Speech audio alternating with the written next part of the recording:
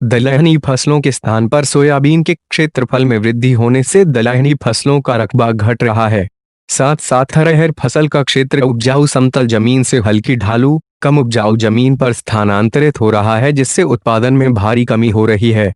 परंतु अरहर फसल की व्यापक क्षेत्रों के अनुकूल उच्च उत्पादन क्षमता वाली उकटारोधी प्रजातियों के उपयोग करने से उत्पादकता में होने वाले उतार चढ़ाव में कमी तथा उत्पादकता में स्थायित्व आया है। सिंचाई, उर्वरक तथा कृषि रसायनों के प्रयोग के बारे में कृषकों की बढ़ती जागरूकता दलहन उत्पादकता बढ़ाने में सहायक सिद्ध हो रही है। सामयिक बुआई के साथ पर्याप्त पौधों की संख्या, राइजोबियम कल्चर व कवकनाशियों से बीजोपचार तथा खरपतवार प्रबंधन जैसे बिना लागत के अथवा न्यूनतम निवेश वाले आदान भी उत्पादकता की वृद्धि करते हैं। अरहर दाल के आसमान छूते भाव के कारण फिर से किसानों का रुझान अरहर की खेती की ओर बढ़ रहा है। भारत में दालें प्रोटीन के रूप में भोजन का एक अभिन्न अंग है। टिकाऊ कृषि हेतु मृदा की उर्वरा शक्ति में वृद्धि करने व आहार तथा चारे के विभिन्न रूपों में उपयोग आदि दलहनी फसलों के लाभ हैं।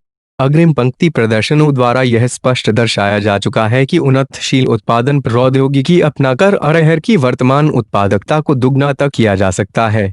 दलहनी फसलों के पौधों की जड़ों पर उपस्थित ग्रंथियां वायुमंडल से सीधे नाइट्रोजन ग्रहण कर पौधों को देती हैं, जिससे भूमि की उर्वरा शक्ति बनी रहती है।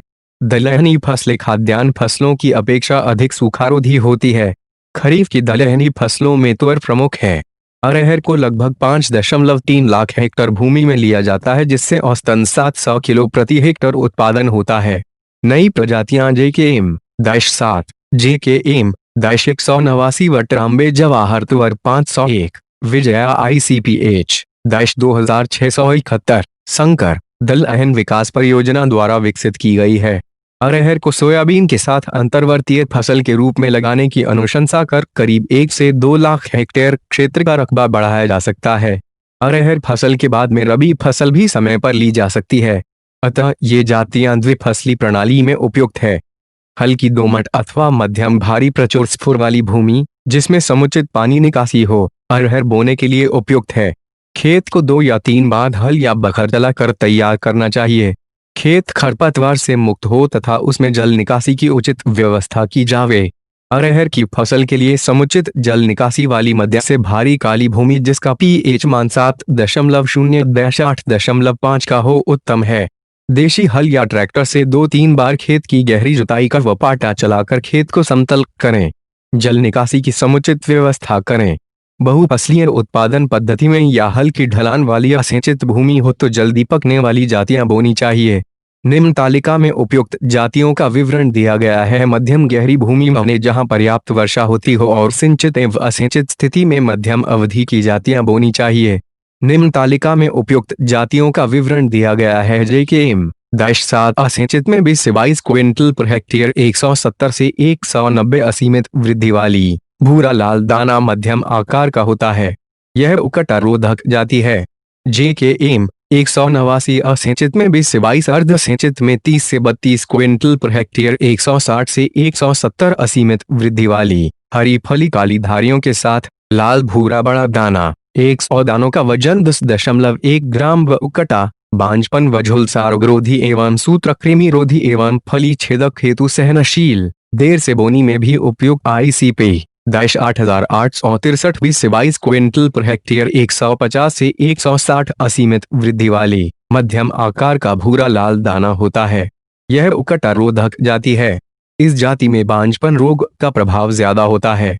जवाहर अरहर 18 से 20 क्विंटल पर हेक्टेयर 180 से 200 असीमित वृद्धि वाली मध्यम आकार का लाल दाना फायटोप्थोरा रोगरोधी ICPL-87119। आशा 18 से 20 क्विंटल पर हेक्टेयर 160 से 190 असीमित अवधि वाली मध्यम अवधि वाली बहुरोगरोधी उकटा बांझपन रोग जाति है। मध्यम आकार का लाल दाना होता है। BSMR-853 वैशाली 18 से 20 क्विंटल पर हेक्टेयर 170 से 190 असीमित वृद्धि वाली सफेद दाने की मध्यम अवधि वाली बहुरोगरोधी उकटा व बांझपन रोग। BSMR-736 18 से 20 क्विंटल पर हेक्टेयर 170 से 190 असीमित अवधि वाली मध्यम आकार का लाल दाना मध्यम अवधि वाली उकटा एवं बांझ रोग रोधक है। विजया ICPH 2671 22 से 25 क्विंटल पर हेक्टेयर 164 से 184 असीमित वृद्धि वाली, फूल पीले रंग का घनी लाल धारियों वाली, फलियां हल्के बैंगनी रंग एवं गहरा लाल दाने की मध्यम अवधि वाली, बहुरोगरोधी अरहर की बोनी वर्षा प्रारंभ होने के साथ ही कर देना चाहिए। सामान्यतः जून के अंतिम सप्ताह से लेकर जुलाई के प्रथम सप्ताह तक बोनी करें। कतारों के बीच की दूरी शीघ्र पकने वाली जातियों के लिए 60 सेंटीमीटर व मध्यम तथा देर से पकने वाली जातियों के लिए 70 से 90 सेंटीमीटर रखना चाहिए। कम अवधि की जातियों के लिए पौधा अंतराल 15 से 20 सेंटीमीटर एवं मध्यम तथा देर से पकने वाली जातियों के लिए 25 से 30 सेंटीमीटर रखें। जल्दी पकने वाली जातियों का 20 से 25 किलोग्राम एवं मध्यम पकने वाली जातियों का 15 से 20 किलोग्राम बीज हेक्टर बोना चाहिए। चैफली पद्धति से बोने पर 3 से 4 किलो बीज की मात्रा प्रति हेक्टेयर लगती है।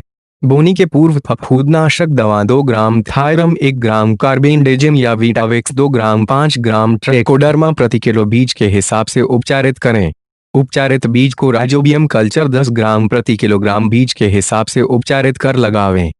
खरपतवार नियंत्रण के लिए 20 से 25 दिन में पहली निंदाई तथा फूल आने के पूर्व दूसरी निंदाई करें। 2 से 3 कोलपाट चलाने से निदाओं पर अच्छा नियंत्रण रहता है व मिट्टी में वायु संचार बना रहता है।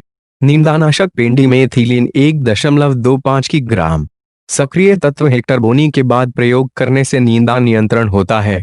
नींदानाशक प्रयोग के बाद एक नींदाई लगभग 30 से 40 दिन की अवस्था पर करना लाभदायक होता है। जहां सिंचाई की सुविधा उपलब्ध हो वहां एक हल्की सिंचाई फूल आने पर व दूसरी फलियां बनने की अवस्था पर करने से पैदावार में बढ़ोतरी होती है। बीमारियां एवं उनका नियंत्रण। 1. उकटा रोग। यह फ्यूजेरियम नामक कवक से फैलता है।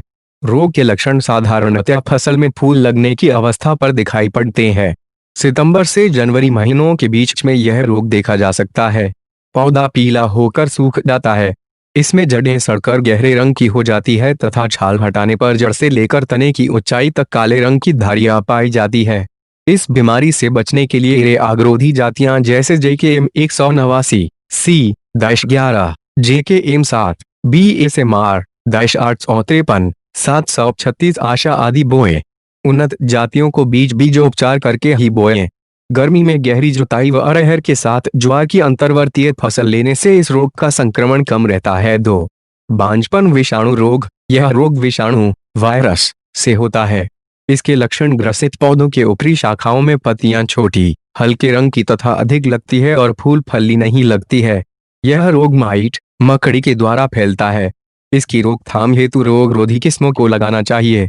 खेत में बेमौसम रोग ग्रसित अरहर के पौधों को उखाड़कर नष्ट कर देना चाहिए। मकड़ी का नियंत्रण करना चाहिए। बांझपन विषाणु रोग रोधी जातियां जैसे ICPL 87119, आशा, BSMR -853, 736 को लगाना चाहिए। 3. फाइटोप्थोरा झुलसा रोग ग्रसित पौधा पीला होकर सूख जाता है। इसमें तने पर जमीन के ऊपर गठानुमा असीमित वृद्धि दिखाई देती है व पौधा हवा आदि चलने पर यहीं से टूट जाता है। इसकी रोकथाम हेतु 3 ग्राम मेटेलाक्सिल फफूंदनाशक दवा प्रति किलो बीज के हिसाब से उपचारित करें। बुआई पाल ड्रिज पर करना चाहिए और चवला या मूंग की फसल साथ में लगाए। रोगरोधी जाति J-4 एवं JKM -189 को बोना चाहिए। कीटों के प्रभावी नियंत्रण हेतु समन्वित संरक्षण प्रणाली अपनाना आवश्यक है। 1. कृषि कार्य द्वारा गर्मी में गहरी जुताई करें। शुद्ध सतत अरहर न बोएं। फसल चक्र अपनाने। क्षेत्र में एक समय पर बोनी करना चाहिए। रासायनिक खाद की अनुशंसित मात्रा ही डालें। अरहर में अंतर्वर्तीय फसलें जैसे ज्वार, मक्का, सोयाबीन या मूंगफली को लेना चाहिए। 2. यांत्रिकी विधि द्वारा प्रकाश प्रपंच लगाना चाहिए। फेरोमोन टेप्स लगाए। पौधों को हिलाकर इल्लियों को गिराएं एवं उनको इकट्ठा करके नष्ट करें। खेत में चिड़ियों के बैठने के लिए अंग्रेजी शब्द टी के आकार की खुटियां लगाएं। 3. जैविक नियंत्रण द्वारा NPV 5, सॉइल है UV रिटार्डेंट 0.1%, गुड 0.5% मिश्रण का शाम के समय छिड़काव करें। बेसिलस thuringiensis 1 किलोग्राम प्रति हेक्टर। टिनोपाल 0.1%, गुड 0.5% का छिड़काव करें। 4. जैव पौध पदार्थों के छिड़काव द्वारा निम्बोलिसत 5% का छिड़काव करें। नीम तेल या करनज तेल 10 से 15 मिली। 1 मिली। चिपचिपा पदार्थ जैसे सेंडोवेट टिपाल प्रति लीटर पानी में घोल बनाकर छिड़काव करें। निम्बेसिडिन 0.2% या अचूक 0.5% का छिड़काव करें। 5 रासायनिक नियंत्रण द्वारा आवश्यकता पड़ने पर एवं अंतिम हथियार के रूप में ही कीटनाशक दवाओं का छिड़काव करें। फली मक्खी एवं फली के मतकुण के नियंत्रण हेतु सर्वांगीण कीटनाशक दवाओं का छिड़काव करें, जैसे डाइमेथोएट TCC या प्रोपेनोफास 50 के 1000 मिली मात्रा 500 लीटर पानी में घोलकर छिड़काव करें।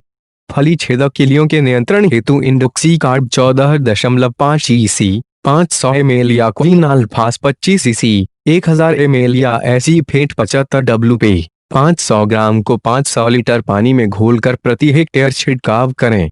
दोनों कीटों के नियंत्रण हेतु प्रथम छिड़काव सर्वांगीण कीटनाशक दवाई का करें तथा 10 दिन के अंतराल से स्पर्श या सर्वांगीण कीटनाशक दवाई का छिड़काव करें। 3 छिड़काव में पहला फूल बनना प्रारंभ होने पर, दूसरा 50% फूल बनने पर और तीसरा फली बनने की अवस्था पर करने से सफल कीट नियंत्रण होता है। 6 कटाई एवं घाई जब पौधे की पत्तियां खिलने लगे एवं फलियां सूखने पर भूरे रंग की हो जाए तब फसल को काट लेना चाहिए। खलिहान में 8 से 10 दिन धूप में सुखाकर ट्रैक्टर या बैलों द्वारा दावन कर घाई की जाती है। बीजों को 8 से 9% नमी रहने तक सुखाकर भंडारित करना चाहिए। उन्नत उत्पादन तकनीकी अपनाकर अरहर की खेती करने से 15 से 20 क्विंटल हेक्ट उपज सिंचित अवस्था में और 25 से 30 क्विंटल हेक्ट उपज सिंचित अवस्था में प्राप्त कर सकते हैं।